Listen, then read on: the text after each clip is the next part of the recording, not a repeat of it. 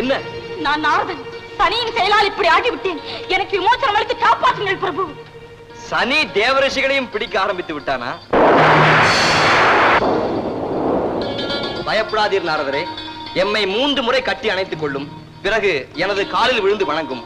உமது சுய உருவம் வந்துவிடும்.